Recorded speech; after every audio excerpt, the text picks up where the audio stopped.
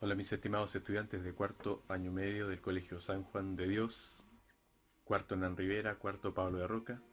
¿Cómo se encuentran? Espero que muy bien. Damos paso entonces a esta última sección de la revisión de la prueba de transición universitaria, eh, eje enmarcado dentro de lo que es economía y sociedad. ¿Ok? Entonces, yo sé que voy a hacer un paréntesis que para algunos les ha resultado un poquito difícil el tratamiento del contenido por los conceptos que las ciencias sociales abordan.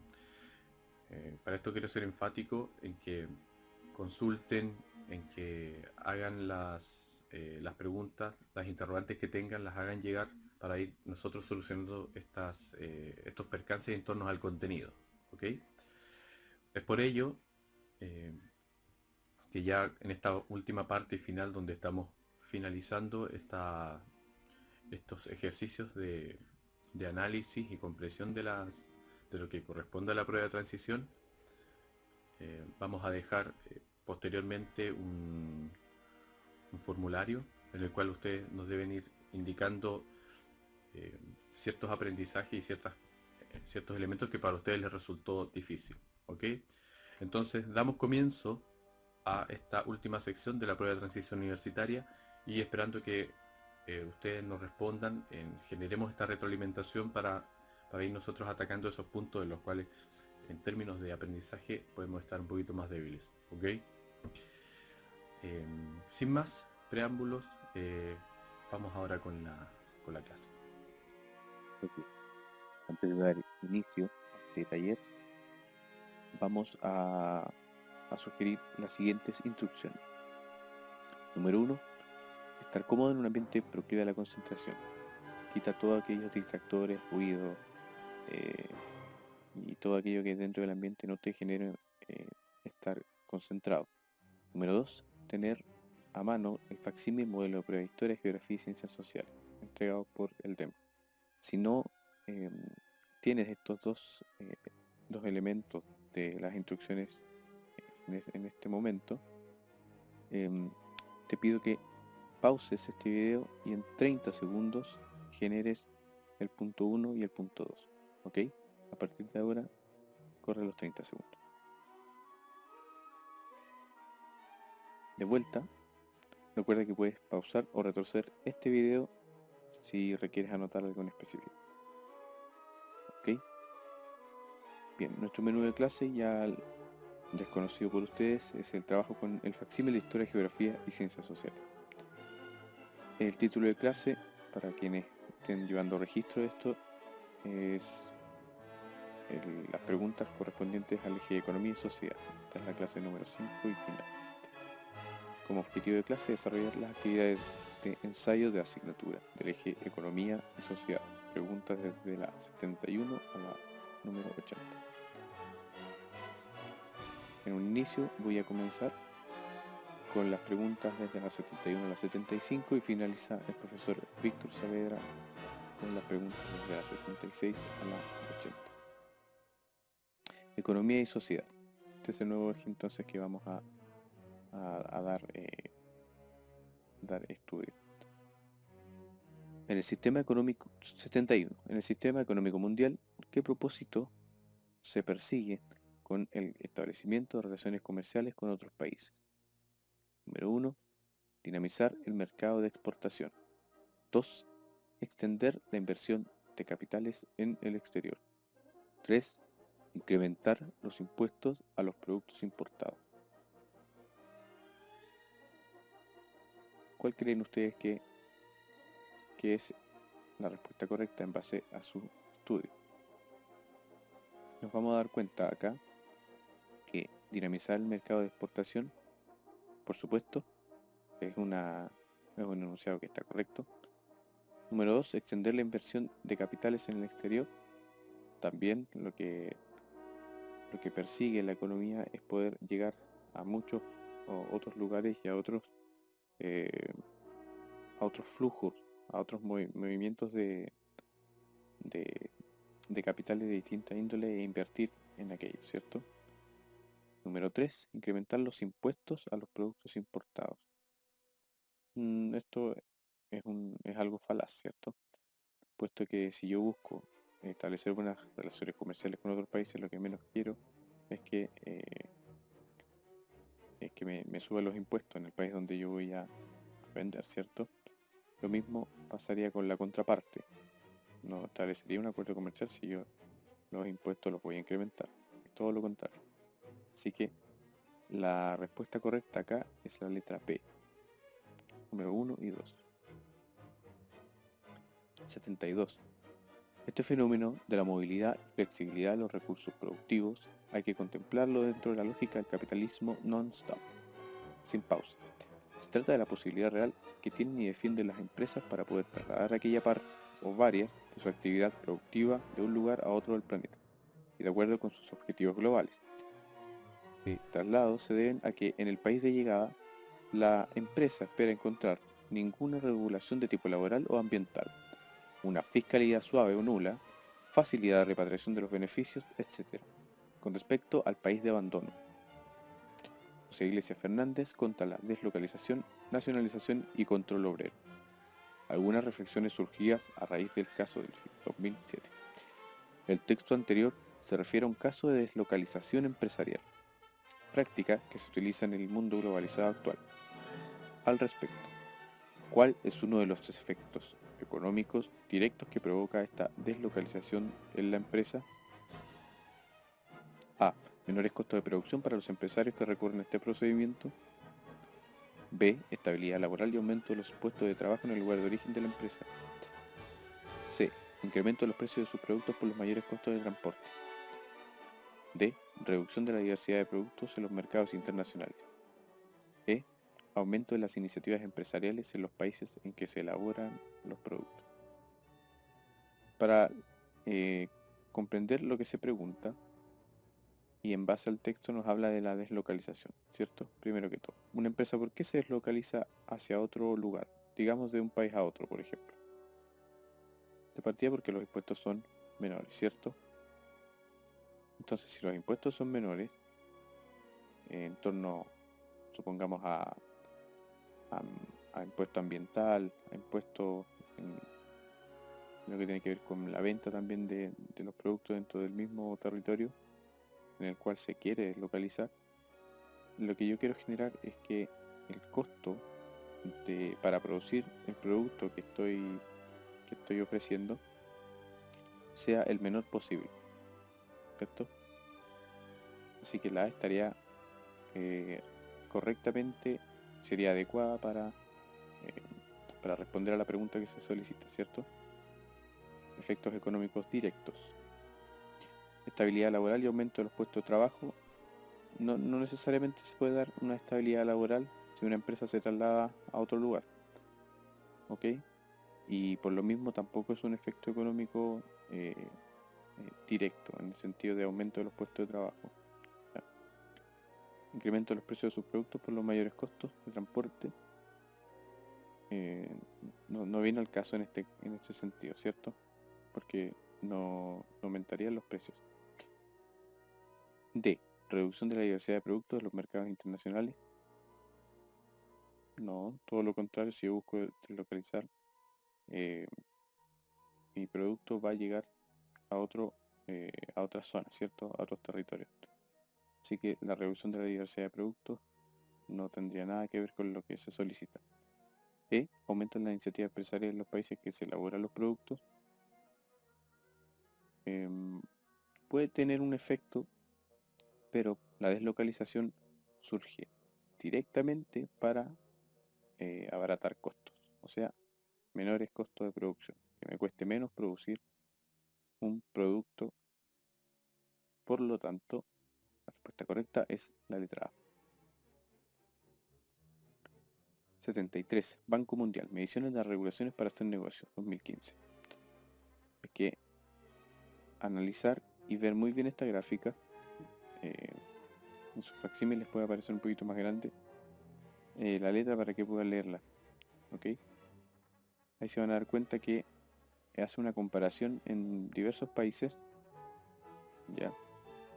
En torno a lo que son las regulaciones y políticas económicas para realizar negocios, principalmente, ¿cierto? Nombra el caso colombiano, nombra un caso en Senegal, en África, si van viendo el mapa que está detrás. Lo mismo ocurre con Noruega, ¿cierto? Y así otros países. La gráfica anterior, elaborada por el Banco Mundial en 2015, representa algunos de los resultados de la medición de las regulaciones para hacer negocios en 189 economías del mundo. Considerando dicha información, ¿qué conclusiones es correcto establecer respecto al comportamiento de la economía mundial? 1. Las políticas de apertura económica a nivel global se han debilitado. 2. Existen países del mundo no desarrollados que están liderando su economía. 3. Los países subdesarrollados han diversificado sus economías. ¿Qué países nombra acá? ¿Son países desarrollados o subdesarrollados los que están como en énfasis? Si hablo de Colombia, si hablo de Senegal. Ahí está la clave, ¿cierto? ¿Qué señala con respecto a lo que ocurría hace años atrás y lo que ocurre a partir del 2015, que es cuando se hace esta regulación a través del banco, esta medición de la regulación a través del Banco Mundial? Hay una comparación, ¿cierto? Que al 2015 comparado con 10 años atrás, o sea, al 2005, era más fácil, perdón, es más fácil en el 2015 acceder a establecer un negocio, ¿cierto? A iniciar un negocio. Entonces, vamos descartando. La número 1 es todo lo contrario a lo que nos señala, ¿cierto? Que las políticas de apertura económica, en vez de debilitarse, como señala el punto 1, han aumentado, se han ampliado, se han robustecido, ¿cierto? 2. ¿Existen países del mundo no desarrollados que están liderando su economía? Por supuesto que sí. Y la número 3, ¿existen países subdesarrollados que han diversificado sus economías? Sí. Entonces la respuesta correcta sería la letra D, 2 y 3. ¿Ok? 74. Actualmente unas pocas ciudades concentran la toma de decisiones económicas a nivel mundial. Este fenómeno se relaciona con el concepto de ciudades globales.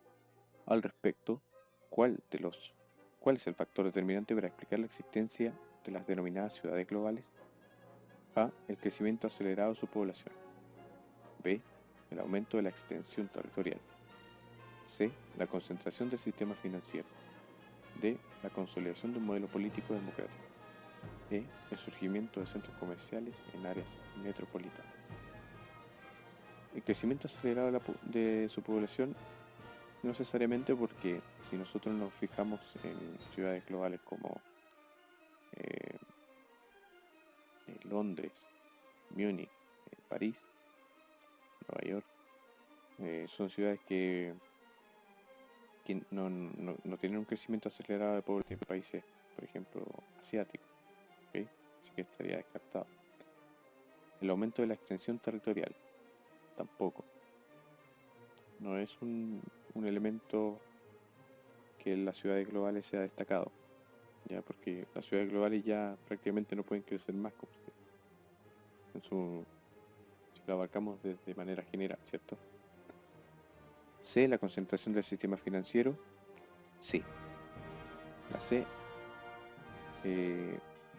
explica lo que nosotros podríamos denominar ciudades globales, donde las finanzas y el libre intercambio y de capitales es representativo de estas grandes ciudades.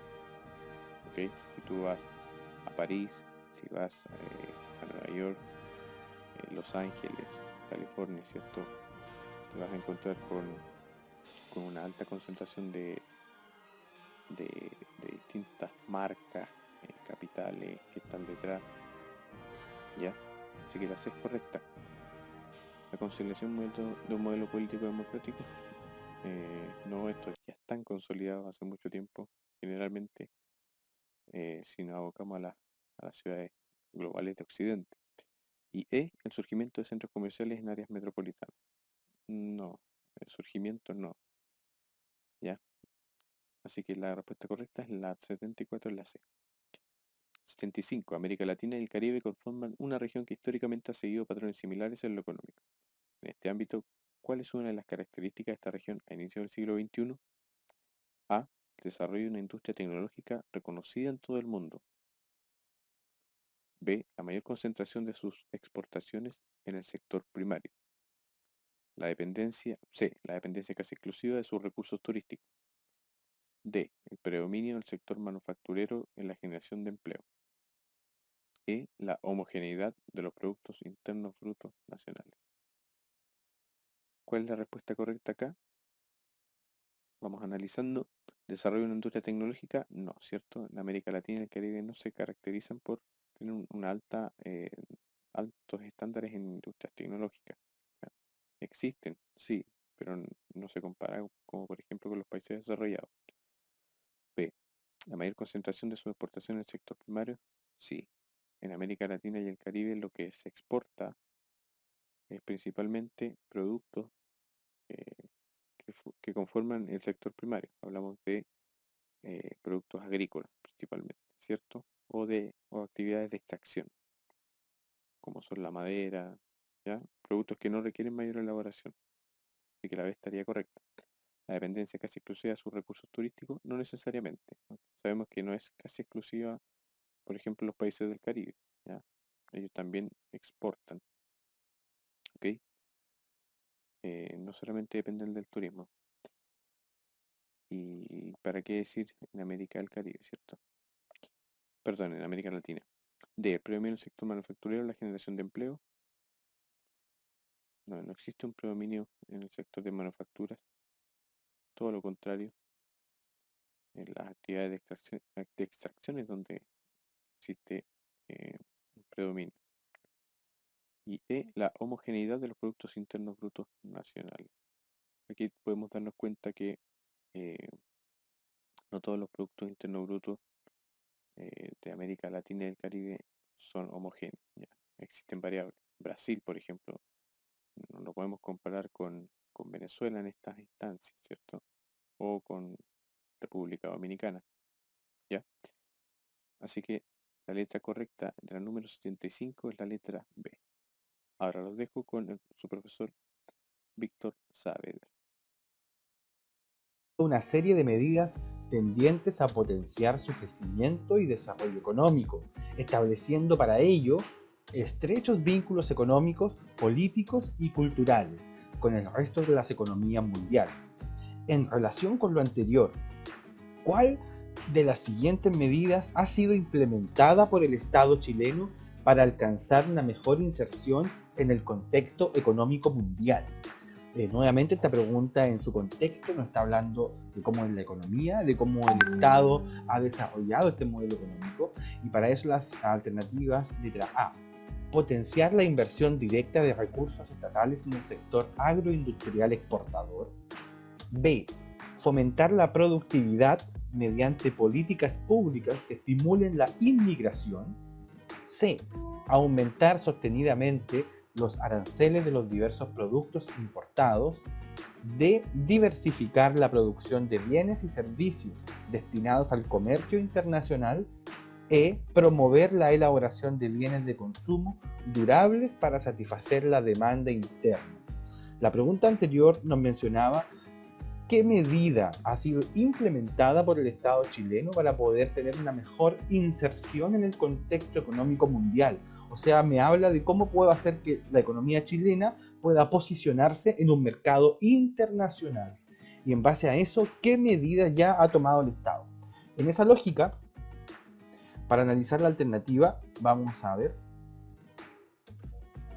Bien, chicos, la alternativa entonces es la D. Diversificar la producción de bienes y servicios que estaban destinados al comercio internacional. Lo que hay que entender es que hoy día estamos en un mundo globalizado, por lo tanto estamos totalmente interconectados no solo con los medios de comunicación, sino que en todo ámbito de nuestra vida, tanto en la economía, en la perspectiva política, en la perspectiva social. Por lo tanto, desde esa lógica, lo que busca el Estado en su sentido amplio es buscar la diversificación de los productos y los servicios que hoy día están destinados a lo que es el comercio internacional. Pregunta 77. Al inicio de la década de 1990, en Chile, según datos del Banco Central, el 75% de las 13 regiones existentes obtenía menos de 1.000 millones de dólares anuales por concepto de exportación. A partir del año 2003, 8 regiones superaron esta cifra. ¿Cuál de los siguientes factores explica este incremento? Nos están preguntando por factor, por lo tanto estamos hablando de causas, elementos que dan inicio o propician que suceda este fenómeno. En ese sentido vamos a ver las alternativas. A. El descenso de la competitividad de los países del Mercosur. Considerar que el Mercosur es una organización netamente económica ligada a los países que se vinculan hoy día en Latinoamérica. Por lo tanto, es una instancia de desarrollo económico de estos países para potenciar sus economías. Eso es el Mercosur. B. La baja en los costos de producción de bienes de capital regionales. C. El incremento en la demanda regional por bienes manufacturados. D. El cese de barreras aduaneras a las exportaciones regionales en Europa. E. Que el aumento de la demanda mundial por recursos mineros y silvio-agropecuario. La alternativa es la E, que hubo un aumento en la demanda mundial por los recursos mineros y silvio-agropecuarios, los cuales nos dan la base o el indicio para poder entender que hoy día uno de los principales elementos o bases de la economía latinoamericana tiene que ver con la extracción de recursos naturales, en el sentido de actividad económica de carácter primario. La pregunta entonces, ¿qué factores implicaron que aumentara este porcentaje de las exportaciones hacia el año 2003? Tiene que ver entonces con el aumento de lo que es la economía primaria de los recursos naturales. Pregunta 78. En las últimas 3 décadas, Chile ha firmado y también ha ratificado numerosos acuerdos comerciales con países que representan el 64% de la población mundial y el 83,3% del Producto Interno Bruto global. En este contexto, ¿cuál es el principal beneficio que ha obtenido la población chilena con estos acuerdos? Primero también contextualizar que Chile en los últimos años ha tenido una apertura al mundo en términos de lo que es su economía, a lo que también nosotros le hemos llamado globalización. Esta apertura de acuerdos y de vínculos con distintos países y economías también de otros mundos ha ido generando que se incremente el Producto Interno Bruto de los países, lo cual la sigla soluciona. Ahora vamos a ver las alternativas, ya que la pregunta es, ¿cuál es el principal beneficio que ha obtenido la población chilena con estos acuerdos de apertura comercial y de aumento que ha existido en los últimos años? A. Que ha existido una mayor facilidad para radicarse en los países desarrollados. B. Una mayor participación en el diseño de las políticas públicas. C. Un acceso a una gran variedad de productos a bajo precio. D. Un notorio mejoramiento en el ámbito de seguridad social. E. Un incremento significativo en el monto del salario mínimo. Como les mencionaba, estamos hablando de un aspecto de la economía, por lo tanto tenemos que enfocarlo ahí. Sin duda que el salario mínimo ha ido aumentando en los últimos 20 años, aún así hoy día está en un nivel bajo en comparación a lo que los grandes países, hoy día organizaciones mundiales lo han establecido. También que hay un notorio mejoramiento en el ámbito de seguridad social, son avances que se han ido mejorando en los últimos años, pero la pregunta es el principal beneficio que ha obtenido la población chilena. Para eso, la letra C es la alternativa, ya que nos genera un acceso a una gran variedad de productos a bajo precio. Hoy día, este modelo neoliberal de apertura ha generado que ingrese a nuestros mercados diversidad de productos que podemos accederlos nosotros a precios por lo menos mucho más asequibles que en otras condiciones, producto de la apertura comercial que Chile ha tenido frente a el mundo. Pregunta 79. Los sectores integrados por la vía del consumo derivado de sus ingresos o por el efecto de la gigantesca masificación del crédito, cubren casi todo el espectro social. El crédito permite desarrollar estrategias de mejoramiento de las condiciones de vida, ensayar diferentes modalidades de conquista del confort. No son, en sentido estricto, estrategias de movilidad social, pues el efecto de su despliegue no es un cambio de estrato. Lo que acabamos de leer es un texto de Tomás Mulián, sociólogo chileno, el cual hoy día nos plantea distintas disyuntivas relacionadas a lo que es el consumo y lo que es el mundo actual, lo que es la economía neoliberal. De acuerdo al texto anterior, ¿cuál de las siguientes situaciones es una de las transformaciones económicas de la última década que ha afectado a gran parte de la población chilena? Lo mismo hay que contextualizar lo que hace Tomás Mulián con este texto, es decirnos de cómo hoy día estamos en un mundo globalizado, en un mundo donde la base es el consumo, y por lo tanto este consumo nos hace que la movilidad social se transforme y se genere una dinámica muy distinta a la que la teoría podría haber planteado. Entonces vamos a plantear la pregunta, dice, ¿cuál de las siguientes situaciones es una transformación económica? Aquí nos dice la clave, transformación económica, de las últimas décadas que ha afectado a gran parte de la población chilena.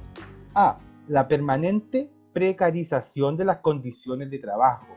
Si bien nosotros podemos evidenciar situaciones laborales donde se pueden encontrar precarización del mundo laboral, no es la causal o no es la situación predominante que hoy día ha generado este modelo económico. B. La pérdida de credibilidad en las organizaciones financieras. C. La utilización del endeudamiento para financiar la adquisición de bienes. D. La reducción de las desigualdades socioeconómicas en la población. Bueno, contextualizando, hoy día en la actualidad uno de los grandes problemas, la gran crítica dentro de lo que es el mundo político-social es la desigualdad, la segregación y este distanciamiento que ha existido entre hoy día el Chile más vulnerable con el Chile de clase media o del mundo político. E. El mejoramiento de los estatus social vinculado al empleo. Tiene que ver con la movilidad social y cómo esto me va generando un cambio de estatus y de estrato. Ahora bien, la alternativa es la letra C, que es la utilización del endeudamiento para financiar la adquisición de bienes. Como lo mencionábamos en el párrafo anterior, Tomás Mulián nos indica la palabra clave, habla de consumo, habla de crédito y nos indica cómo hoy día es la dinámica de la sociedad actual basada en la adquisición de servicios y de bienes a través del endeudamiento como factor principal. Pregunta 80. Estamos observando un gráfico de donde nos expone las importaciones chilenas en el año 2000. Es decir, todos estos bienes de consumo y de servicio que nosotros vamos a incorporar al mercado nacional. Esta información viene del Instituto Geográfico Militar, el famoso IGM del año 2002, y nos muestra lo siguiente. El gráfico anterior muestra el monto de las importaciones chilenas en millones de dólares en el año 2000. De su análisis y considerando los rasgos del comercio exterior chileno, ¿cuál fue uno de los aspectos característicos de la importación nacional en el año aludido? Es decir, lo que nos está preguntando es la característica principal de las importaciones que Chile va a tener en ese año. Y para eso vamos a analizar la alternativa. Dice A. El predominio de recursos renovables para la manufactura. Cuando hablamos de recursos renovables, ustedes bien saben que son elementos tanto naturales que están presentes en nuestro entorno y que pueden seguir renovando y seguir produciendo el elemento el cual se solicita. Lo cual nosotros en nuestro país tenemos elementos que son renovables y hartos recursos que no son renovables. B. La gran variedad de productos energéticos. C. La inexistencia de productos alimenticios. D. La diversidad de productos para transporte. E. La escasez de aparatos tecnológicos.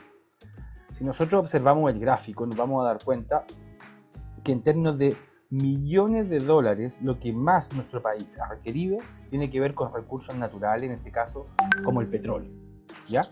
Y también el crecimiento también exponencial de los automóviles y vehículos de mercancía. Como lo pueden ver ahí, camionetas, combustibles, televisores, computador, autobuses, gas natural y radioreceptores, los cuales nos muestran cuáles son los elementos que participaron de la economía. Ahora bien, si vemos la alternativa, es la D, la diversidad de productos para el transporte. Si observamos bien el gráfico, el elemento común, el elemento denominador, tiene que ver con el transporte. Los combustibles como el petróleo son utilizados específicamente para la industria y también para la movilización del medio de transporte. En ese sentido va de la mano entonces la industria del petróleo con los automóviles. Por lo tanto, lo que nos muestra este gráfico es que Chile lo que ha incorporado a su mercado nacional es una diversidad de productos para utilizar en los medios de transporte.